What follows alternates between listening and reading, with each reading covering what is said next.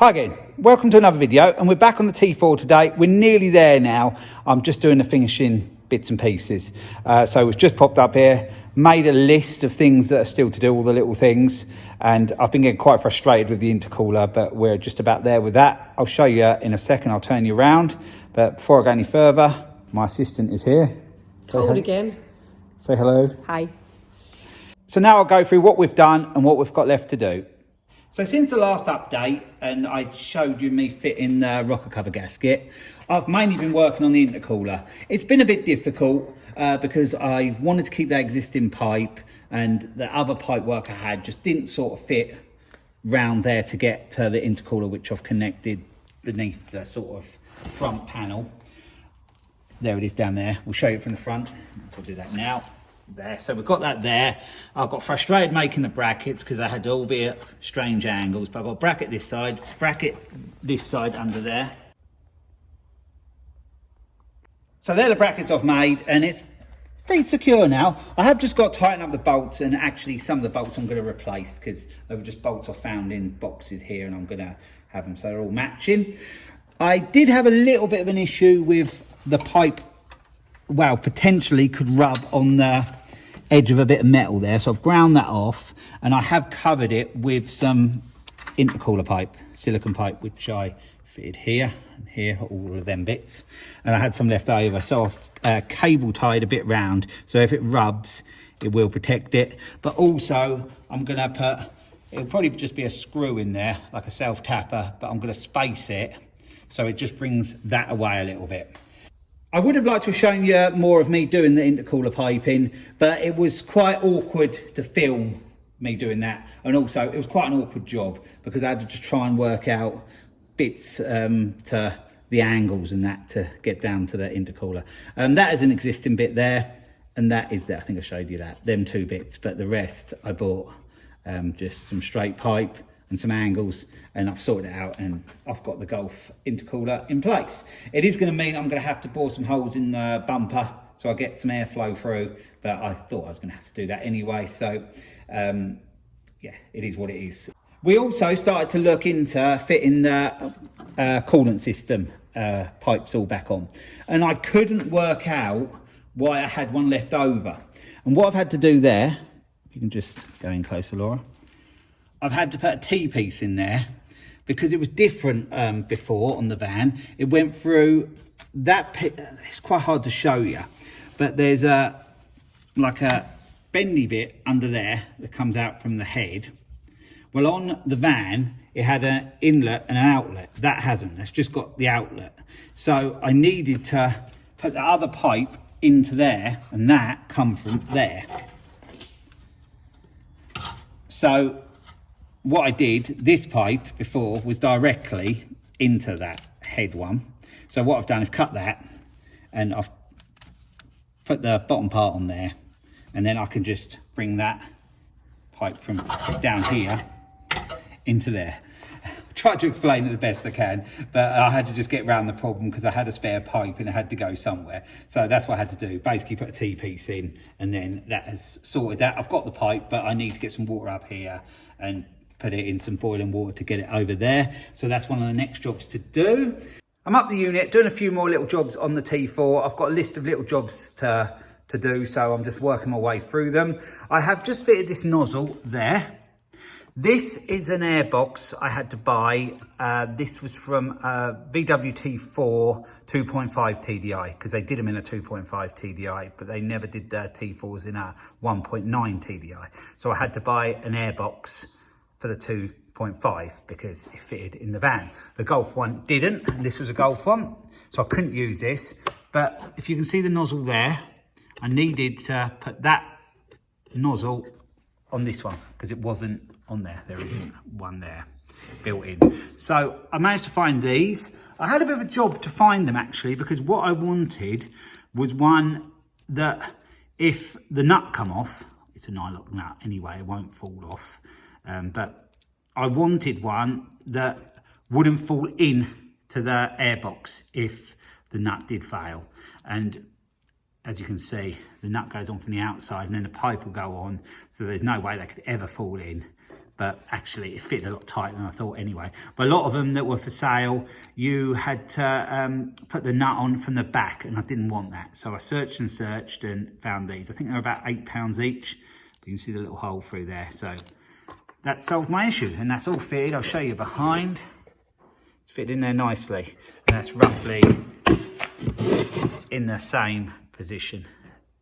You can see there. So I'm just going to get that back on.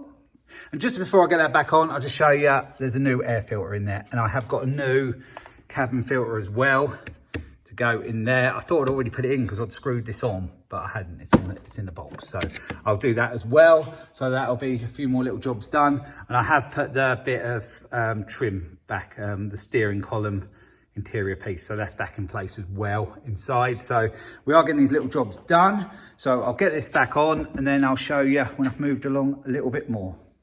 So I've been up here a few hours now, and I've made good progress. I'm just going to get the list, and I'll run through what I've done. Screw bolt for intercooler pipe, that one there. I had to make like a spacer behind and then just screwed that into the chassis. So that's held that really secure now. And also I've cable tied the other one to it. So that's keeping it away from there where it was rubbing. All I did was cut a bit of intercooler pipe and wrap round and then cable tie it. So it's really secure. I can't see that moving anywhere. We've done that. Make sure intercooler pipes are not rubbing. We've done that as well. Nozzle for airbox. I showed you that earlier. That is there, and the pipe is all connected now. So that's another job done there. There's the same on the back of that pipe. You can just see that pipe there. That goes to the same nozzle. That pipe drilled quite well. I thought it was going to crack as I drilled it, but it didn't. It's quite flexible and it drilled really well. So the nozzle is in there and the pipe is connected. So we've done that. Next job, vacuum pipe. Oh, the sensor thing there where all the pipes go to.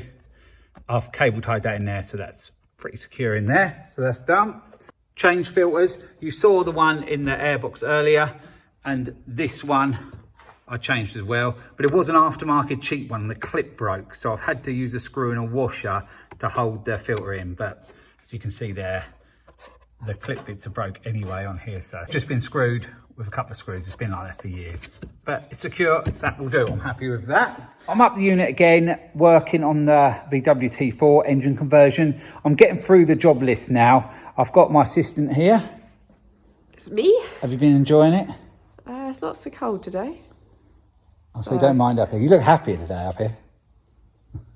She's been assisting, and we've got on quite well. Just some fiddly little jobs, but it does make it just a bit easier if you've got someone else with you. So I'll just turn you around and I'll show you what's been done. To you, it probably doesn't look like I've done anything, but I have done some small important jobs. One is the little fuel line down there. It was a T-piece. It had a piece coming out the side there, which it didn't need that. So you see the new clips on there now, and I just put a straight sort of nozzle through. So that's done. We've been fighting against the wiring a little bit for the headlights, because when I've put the intercooler pipes in, it sort of blocked the area the wires should have gone. So we've been having to pull them through certain areas and then back around the back, and oh, it's been a bit of a pain, but we have everything sort of in place. We have the indicator bulb there. We have the headlight connector there, and the same on the other side. So that's all good. That goes to that plug there, goes to that. I'm not actually sure what that even is, but yeah, it goes to there. So I know where that goes. These two here go to the radiator fans. We have one other one which is lurking around somewhere, which I can't find at the moment, but that goes to the radiator as well. That's bugging me a little bit where that one's gone. Oh, here it is. It shouldn't be up there. That one. So that goes over to this side, I believe. So we'll put that there. I've put all the sort of bit that holds the battery in all sort of in place. That's not bad now. I might have to just move a few things around in there, but we seem to be more or less okay in there. That pipe, getting that hose pipe on was a real pain. I put it in boiling water and kept pushing it on, and it went on a little way. Then I take it off, put in boiling water again. In the end, I got it on enough. You can see the pipe was a bit too small really for that connection, but I did it because I got the bit of hose from up my dad's the other day. He had a bin full of old hoses, and I found one with the angle on I needed, and that goes to that. So I think I'm sorted with all the hoses. So that's my next job when I come up here, fitting all the hoses in place, putting the clips and that on. So after I've done that, I think I'll be in a position then to be able to temporarily put the radiator in and then run it up to temperature and just check everything's okay before I fully fit everything back together.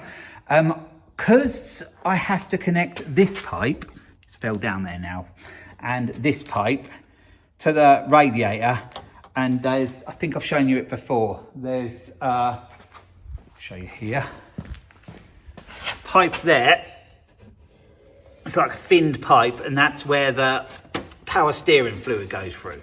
Well, I don't want to be connecting that at the moment, putting power steering fluid in when I'm going to have to disconnect the radiator again. But I have done the power steering belt and put that on. So what I'm going to do is take that belt off again, just so when the engine running, the pump isn't running dry. So I shouldn't have done that till the end really. Still got to check the gearbox oil, and I've just got to check starter bolts and that. But we're practically sort of there now to let it run with some water through it. I'm not going to put any antifreeze or anything in until I know for sure everything can go back into place and I shouldn't have to take anything off again. So we are very close now to be able to start the van up and see if it gets up to temperature and everything. I have just temporarily put the radiator in, but I have connected the pipes and everything up. So what am I going to do now? Well, I'm off to Halfords to buy a brand new battery. I've just got to connect that last hose there. Just need to put that in some boiling water to get it over there. All the others are connected, as I mentioned. What else have I done? Checked the gearbox oil. There was oil in there. I did top up the engine oil a bit. It might be a little bit high now because when I put the van down, it may be level out then because the van's been jacked up. But if it is high, it's not going to be high by much. I've got some water as well to put in it when we get back from getting the battery. And then we can, go for start up and let it run for a good while, 20 minutes or something, just long enough so the heater's working and everything. And I know that the engine is functioning as it should. The real test will be getting it out on the road.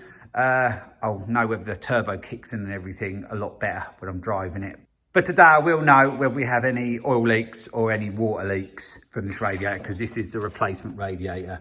I showed you the other one either earlier in this video or in one of the past videos. It was rusty at the bottom. This one is much better.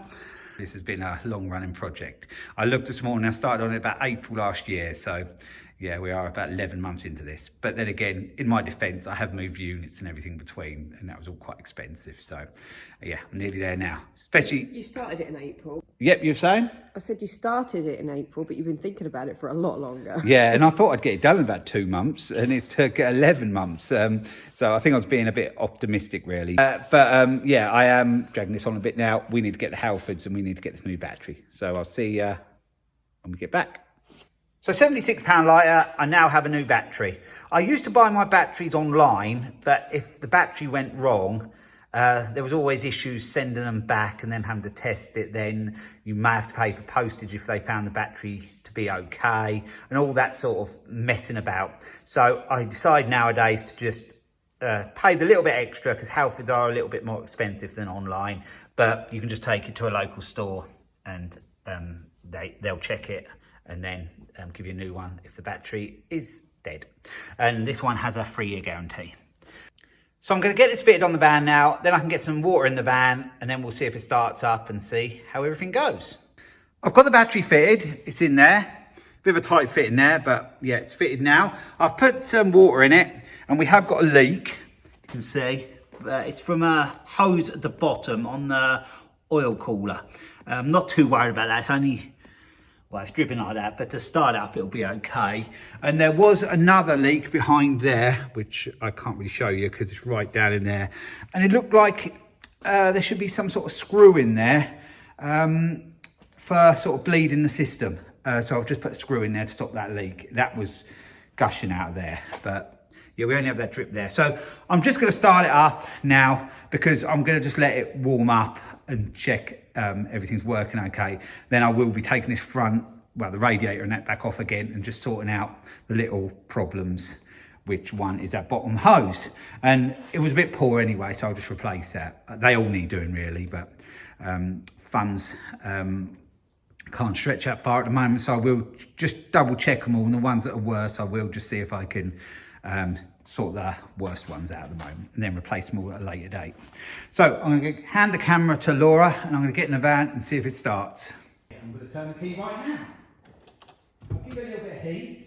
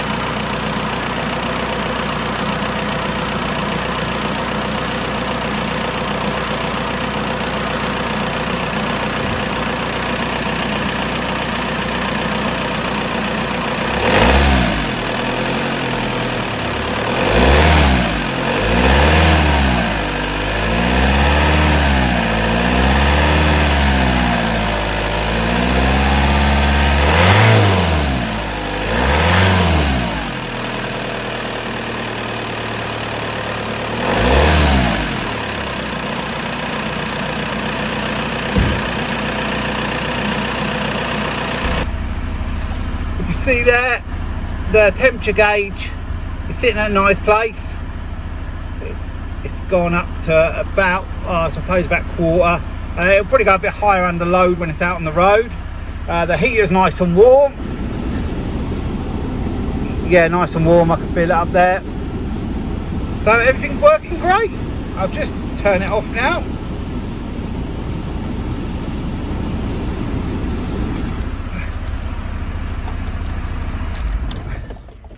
So I'm really pleased. It's running well. It's got up to temperature nicely. No unwanted noises. It did have the chafing noise still, and a lot of that was down to this guard. It's between the engine and the gearbox, and it was rubbing on there. So that's one little job I've just got to sort out to make this so it doesn't rub. It also has another slight chafing. A lot of it's gone now since I took that guard off, but I just think it's belt noise. The running gear, the alternator, pulley and that pulley are all off of my van, and it made a similar noise on that. So I think it's just a bit of belt noise really. I'm not too fussed about that. You can see at the back, that's where I've got to connect power steering pulley too, so we can sort the power steering out. I also pinched that pipe there and got Laura to rev it, and then pushed my hand out. It was like that, and then when she revved it, it pushed my hand out. So I think the turbo and everything is working okay. I was a little bit concerned about something was going to be wrong there, but I won't know for sure until I'm out on the road. But that all seems good to me at the moment. Yeah, there's a hose at the front. There's that guard to do. And let's get the front back on. Yeah, that's about it really. I'm practically there with this one. So the plan now is I'm gonna get the front all back on it. I'll do that off camera. You saw me right at the beginning taking all of that off. And I do need some little plastic little headlight pieces where the headlight locates into. So I need to get them ordered. Apart from that, getting headlights back in, the grill's back on. I'm about there really. The radiator needs going properly. I'll just do all the rest off camera, and you'll see it next when it's outside ready to go, and we'll give it a test drive. It has got to have an MOT, and then yeah, we can have a good drive around in it, and hopefully everything is good. And then the other job I'm going to have to do further on, like I mentioned before, is do the 5th gear conversion, but I need a couple of £100 spare to do that. You can lend me it, Laura? No. Meanie. But I could use it locally. It's just going to rev high when it's going to be like 5th gear is going to seem like 4th gear at the moment. Well, so I've been told. So yeah, really pleased with that. It runs well. We've left it running for, well, probably half hour, haven't we? And no major issues at all, just a few little minor things to sort out. So yeah, really pleased with that. So after this one, there'll be one more video left of the engine conversion project, because we'll be there when we test down the road, unless we do have any issues. No, I don't think we will. Let's be positive, yeah? So that'll be sort of phase 1 of the T4 work, and going forward, there'll probably be other bits and pieces I'll do on it, but that won't be at the moment. So then that'll start up into a sort of new series. But it's been a long old job. It's been a hard old job, isn't it, this one, really? Harder for you than for me. Yeah, it's been a lot of brain work as much as physical work doing it. I've had to try and work things out, but I've got there. I did have the help of paying for the wire and loom to be done. That did save me quite a bit of hassle, and also it did fit in nicely, so it was worth paying the £200 out for that. What does it cost me, do you reckon?